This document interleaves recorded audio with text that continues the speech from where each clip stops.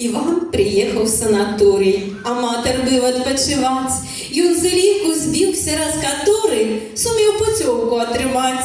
Був дома добрим сім'янином і жонку горяче кохав. Але як тільки дом покинув, тоді одразу і почав шукати пригожу дівчину. І ось з'явилася Марися, ніби у казці той лисиця, короткой вузенькой спадниці.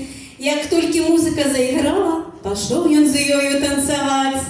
Тоді не стала і Марися, коли стіни одна стоять. І завели вони розмову. Марія перша бере слово. Мой муж говорить, алкоголік, не сплю я з ним уже ніколи. Іван же каже, жонку маю, але я її не кохаю. Вона недбайна і гультайка, не миє мені труси і майки. Так, в перепинках поміж танців з їх кожне щось сказати знайшов. І вельми хутко у гэтай пары процесс почався і пішов.